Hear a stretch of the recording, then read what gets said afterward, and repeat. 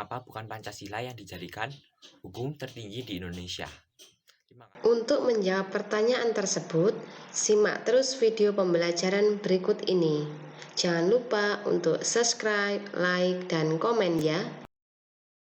Anak-anak, bagaimana kabarnya kalian hari ini? Semoga kalian semua dalam keadaan sehat walafiat. Nah, sekarang kita akan mengikuti pembelajaran PPKN. Bagaimana? Sudah siap ya? Baik, kita mulai pembelajaran hari ini dengan berdoa. Berdoa dipersilakan. Berdoa selesai. Anak-anak, hari ini kita akan mempelajari tentang kompetensi dasarnya, yaitu mensintesiskan isi, makna, alinea, dan pokok-pokok pikiran yang terdapat dalam pembukaan Undang-Undang Dasar Negara Republik Indonesia tahun 1945. Indikatornya yaitu mensintesiskan pokok-pokok pikiran yang terkandung dalam pembukaan Undang-Undang Dasar Negara Republik Indonesia tahun 1945. Nah, tujuan pembelajaran kali ini yaitu melalui model Discovery Learning, peserta didik mampu mensintesiskan pokok-pokok pikiran yang terkandung dalam pembukaan Undang-Undang Dasar Negara Republik Indonesia tahun 1945. Nah, anak-anak, kemarin kita sudah mempelajari tentang makna, isi, alinea pembukaan Undang-Undang Dasar Negara Republik Indonesia tahun 1945. Nah, sekarang kita akan mempelajari pokok-pokok pikiran yang terkandung dalam pembukaan Undang-Undang Dasar Negara Republik Indonesia tahun 1945. Pokok-pokok pikiran pembukaan Undang-Undang Dasar Negara Republik Indonesia tahun 1945 menggambarkan suasana kebatinan dari Undang-Undang Dasar Negara Republik Indonesia tahun 1945. Nah, yang dimaksud dengan suasana kebatinan yaitu sebuah situasi atau kondisi yang dihadapi oleh pendiri negara ketika menyusun sebuah Undang-Undang Dasar Negara Republik Indonesia tahun 1945 dalam konteks filosofi. Nah, filosofi ini apa? Yaitu nilai dasar. Nilai-nilai dasar kemanusiaan, nilai-nilai dasar ketuhanan, nilai-nilai dasar persatuan, nilai-nilai dasar kerakyatan, dan nilai-nilai dasar keadilan. Kemudian juga mempertimbangkan aspek nilai dan norma dasar. Nah, nilai dan norma dasar ini meliputi norma hukum, norma agama, norma kesusilaan, norma kesopanan. Kemudian mempertimbangkan sosiopolitik, yaitu mengandung cita-cita dan tujuan negara, serta mempertimbangkan aspek historis atau sejarah perjalanan bangsa Indonesia ini hingga sampai mencapai kemerdekaan. Nah, pokok-pokok pikiran pembukaan Undang-Undang Dasar Negara Republik Indonesia tahun 1945 ini mewujudkan cita hukum yang melandasi hukum dasar yang tertulis maupun tidak tertulis, sehingga pokok-pokok pikiran ini mewujudkan cita hukum dari Undang-Undang Dasar Negara Republik Indonesia tahun 1945 sebagai hukum dasar yang tertinggi di Indonesia. Hakikat pokok-pokok pikiran yang terkandung dalam pembukaan Undang-Undang Dasar Negara Republik Indonesia tahun 1945. Jadi di dalam pembukaan itu terdapat 4 pokok-pokok pikiran. Pokok-pokok pikiran ini yang pertama yaitu tentang persatuan. Jadi negara hendak melindungi segenap bangsa Indonesia dan seluruh tumpah darah Indonesia. Jadi ini menunjukkan sila ketiga bunyi dari Pancasila.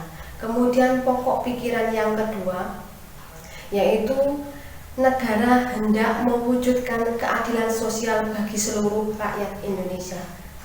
Yang ketiga, pokok pikiran ketiga yaitu tentang kedaulatan rakyat. Jadi negara yang berkedaulatan rakyat dengan berdasarkan kerakyatan dan permusyawaratan perwakilan. Sedangkan pokok pikiran yang keempat yaitu ketuhanan dan kemanusiaan.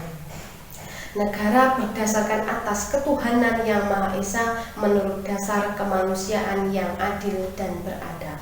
Jadi, di dalam menyusun pasal-pasal Undang-Undang Dasar Negara Republik Indonesia tahun 1945 harus mempertimbangkan 4 pokok pikiran. Yang pertama, pokok pikiran persatuan, yang kedua, pokok pikiran keadilan, yang ketiga, pokok pikiran tentang kerakyatan, dan yang keempat adalah pokok pikiran tentang ketuhanan dan kemanusiaan.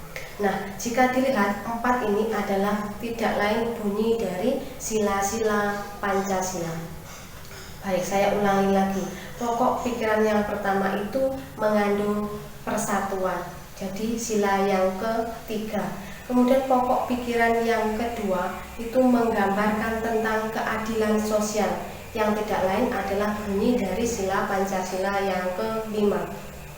Kemudian yang ketiga adalah pokok pikiran tentang kedaulatan rakyat, yang menggambarkan sila dari sila keempat Pancasila. Kemudian pokok pikiran yang keempat menggambarkan sila ketuhanan dan sila kemanusiaan, yang tidak lain adalah sila ke-1 dan 2. Sehingga ketika kita menghafalkan 4 pokok pikiran ini, pokok pikiran yang pertama berbunyi tentang persatuan, pokok pikiran yang kedua berbunyi tentang keadilan, pokok pikiran ketiga berbunyi pokok pikiran ketiga berbunyi kerakyatan, dan pokok pikiran keempat berbunyi tentang ketuhanan dengan berdasar kemanusiaan. Sehingga keempat-empatnya ini cara menghafalkannya dengan rumus Gama Pa Tua. Ga sila ketiga, Ma sila kelima, Pat sila keempat, Tua sila ke-1 dan 2. Misalnya ada pertanyaan, apa isi pokok pikiran ketiga? Berarti Gama Pa. Pa berarti menunjukkan sila yang keempat. Misalnya ada pertanyaan lagi, bagaimana bunyi dari pokok pikiran yang kedua? Kita sudah punya rumus Gama Pa Tua. Gama berarti menunjukkan ke sila yang kelima. Bagaimana anak-anak? Sudah paham ya? Sekarang kita akan mempelajari tentang arti penting dari pokok-pokok pikiran yang terkandung dalam pembukaan Undang-Undang Dasar Negara Republik Indonesia tahun 1945. Kira-kira apa arti pentingnya? Nah, keempat pokok pikiran yang terdapat dalam pembukaan Undang-Undang Dasar Negara Republik Indonesia tahun 1945 ini merupakan pancaran dari nilai sila-sila Pancasila. Nah, pokok pikiran yang terkandung dalam pembukaan Undang-Undang Dasar Negara Republik Indonesia tahun 1945 adalah sumber hukum yang tertinggi di Indonesia, dengan konsekuensi bahwa pokok-pokok pikiran yang terkandung dalam pembukaan Undang-Undang Dasar Negara Republik Indonesia tahun 1945 harus dijabarkan dalam semua peraturan perundang-undangan yang berlaku di Indonesia, termasuk diantaranya adalah yang pertama sebagai hukum tertinggi Undang-Undang Dasar Negara Republik Indonesia tahun 1945, yang kedua TAP MPR, yang ketiga UU atau Perpu, Undang-Undang atau Peraturan Pemerintah Pengganti Undang-Undang, PP, Peraturan Pemerintah, Perpres, Perda Provinsi, dan Perda Kabupaten atau Kota. Sehingga semua peraturan yang berlaku di Indonesia harus bersumber dari pokok-pokok pikiran yang terkandung dalam pembukaan Undang-Undang Dasar Negara Republik Indonesia tahun 1945. Nah, sekarang kita akan mempelajari tentang bagaimana penerapan pokok-pokok pikiran yang terkandung dalam pembukaan Undang-Undang Dasar Negara Republik Indonesia tahun 1945.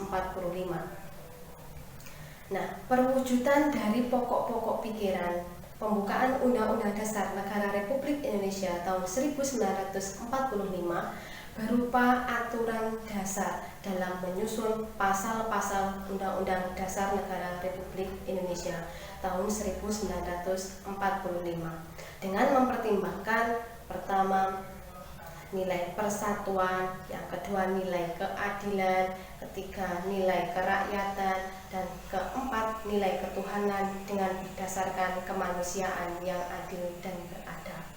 Begitu pula dengan menyusun TAP MPR, UU atau Perpu, PP, Perpres, Perda, provinsi maupun kabupaten harus mempertimbangkan semua pokok-pokok pikiran yang terdapat dalam pembukaan Undang-Undang Dasar Negara Republik Indonesia tahun 1945. Sehingga ketika dalam menyusun sebuah aturan, sebuah hukum itu harus mempertimbangkan pokok-pokok pikiran yang tidak lain adalah pancaran dari nilai-nilai Pancasila. Sekarang kita akan mempelajari sikap positif terhadap pokok-pokok pikiran yang terkandung dalam pembukaan Undang-Undang Dasar Negara Republik Indonesia tahun 1945. Sikap positif terhadap pokok-pokok pikiran pembukaan Undang-Undang Dasar Negara Republik Indonesia tahun 1945 dengan cara tidak mengubahnya. Itu yang pertama, tetap mempertahankan pokok-pokok pikiran yang terkandung dalam pembukaan Undang-Undang Dasar Negara Republik Indonesia tahun 1945. Dan yang kedua, inilah yang paling penting, yaitu dengan cara memperjuangkan dan mengamalkan oleh setiap lembaga negara, lembaga masyarakat, dan seluruh warga negara dalam kehidupan sehari-hari. Nah, anak-anak, ini ada beberapa pertanyaan dari teman-temanmu. Mari kita diskusikan bersama. Assalamualaikum warahmatullahi wabarakatuh. Saya Ramadan Karismawan, kelas 9 B nomor absen 26. Saya membaca buku paket halaman 43. Di situ dijelaskan bahwa 4 nilai yang terkandung dalam pokok pikiran pembukaan Undang-Undang Dasar adalah pancaran dari nilai-nilai Pancasila. Dan Undang-Undang Dasar dijadikan sebagai hukum tertinggi di Indonesia. Jadi pertanyaan saya, jika Undang-Undang Dasar merupakan pancaran dari nilai-nilai Pancasila, mengapa bukan Pancasila yang dijadikan hukum tertinggi di Indonesia? Terima kasih. Wassalamualaikum warahmatullahi wabarakatuh. Anak-anak, setelah menyimak materi tersebut, jawablah pertanyaan dari Ramadan. Tuliskan pendapatmu di kolom komentar YouTube. Semangat belajar dan jaga kesehatan.